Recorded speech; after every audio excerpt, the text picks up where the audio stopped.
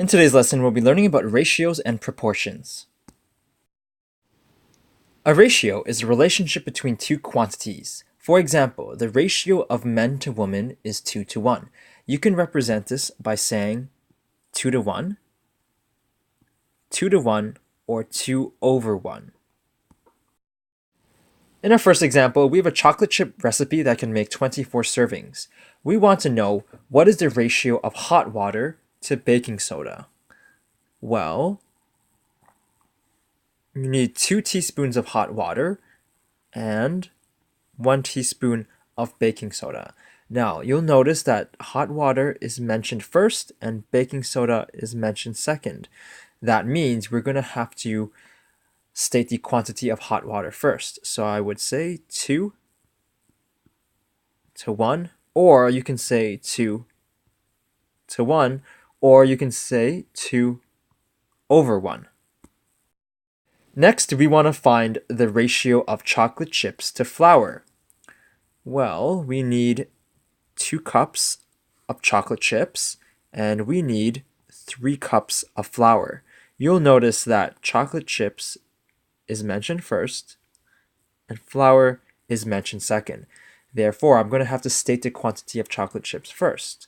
So the ratio is 2 to 3, or 2 to 3, or 2 over 3. Lastly, we want to know what is the ratio of white sugar to brown sugar. Well, we need 1 cup of white sugar and we need 1 cup of brown sugar. You'll notice that white sugar is mentioned first and brown sugar is mentioned second. Therefore, we need to state the quantity of white sugar first. So that would be 1 to 1, or 1 to 1, or 1 over 1.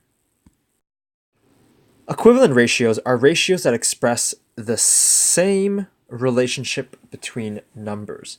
So if you look at the word equivalent, it almost sounds like equal. So you are really looking at equal ratios. For example, the ratio of men to women is 2 to 1. That can be represented by 2 to 1, 2 to 1, or 2 over 1. We have another statement on the right. The ratio of men to women is 10 to 5. That can be expressed as 10 to 5, 10 to 5, or 10 over 5. Now, if you reduced 10 over 5, you would get the same thing as 2 over 1. Therefore, 2 over 1 is equal to 10 over 5. These would be equivalent ratios, since it is a ratio of men to women. In our second example, we want to revisit our chocolate chip recipe.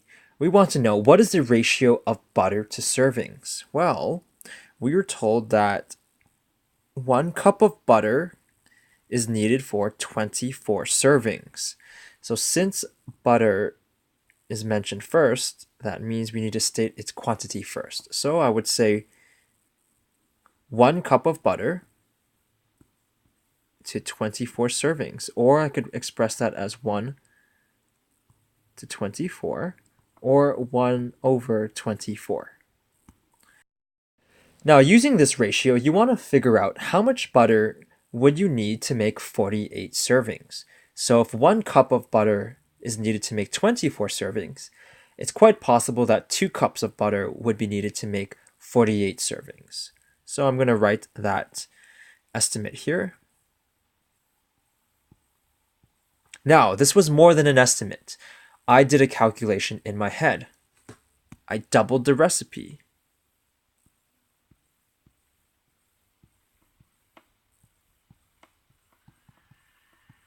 Or more specifically, I can say I multiplied my quantities by 2, which is the same thing as doubling your recipe. In the second part of our second example, we want to figure out how much butter would you need to make 100 servings. So we are going to use our original ratio. We said 1 cup of butter was required to make 24 servings. Now, what happens if I want to make 100 servings? Well, I would set up my ratio like so. So servings would be in the denominator, and cups of butter would be in the numerator. And I'm going to use x to represent the amount of butter we need for 100 servings. Now, at this point, we want to do something called cross multiply.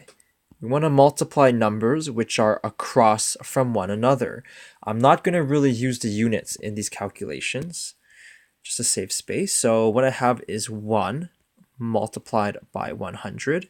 You'll notice that I'm using a dot instead of a multiplication sign. The reason for that is the multiplication sign can be sometimes confused with a variable of x. And over on the right, I have 24 multiplied by x.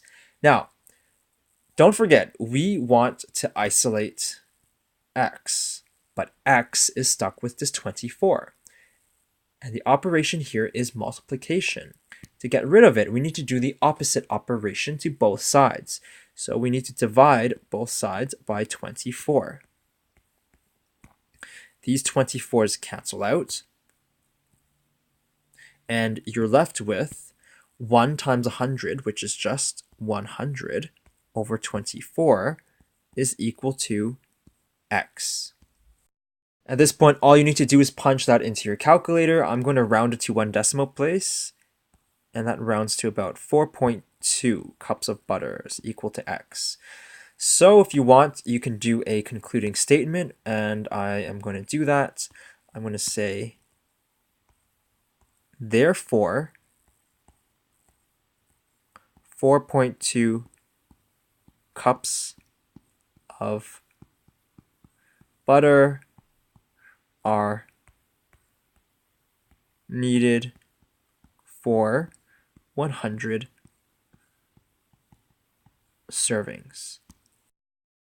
So as you can see, equivalent ratios can be used to solve this question. In our third example, we want to solve these proportions. So we're going to use the exact same technique. Let's rewrite our question. 2 over 3 is equal to x over 6. We want to figure out what x is equal to. Therefore, we're going to need to cross multiply. So that means 2 multiplies by 6 and 3 multiplies by x. Remember, we want to isolate x, but it is stuck with this multiply by 3, so I'm going to divide both sides by 3. These 3's cancel out. 2 times 6 is 12. 12 divided by 3 equals x. That stays the same. So that should be pretty easy. 12 divided by 3 is 4. So 4 is equal to x. Now in our next example, we want to solve the proportion of 5 over 7 is equal to x over 21.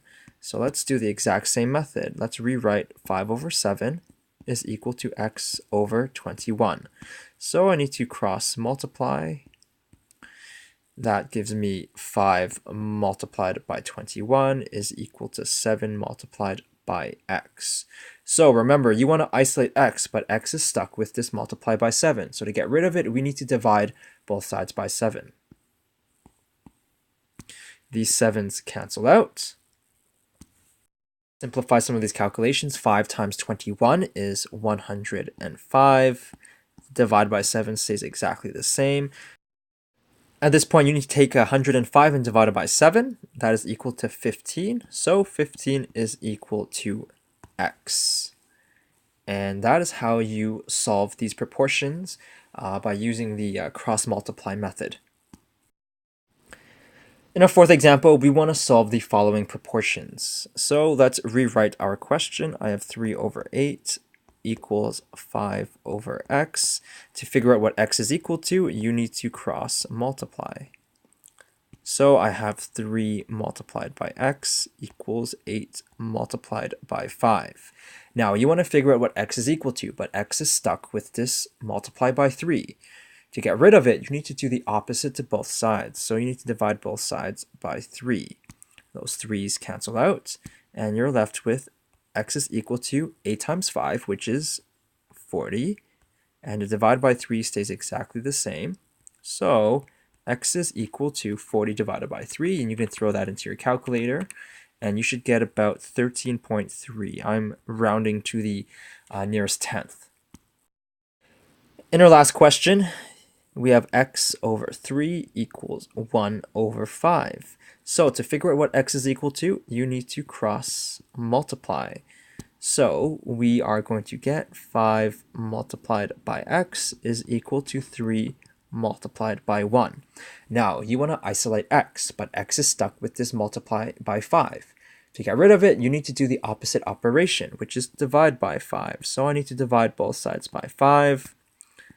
Those cancel out, so you're left with x is equal to 3 times 1, which is 3, and then divide by 5 stays exactly the same. So all you need to do now is punch that into your calculator, and you should get 0.6.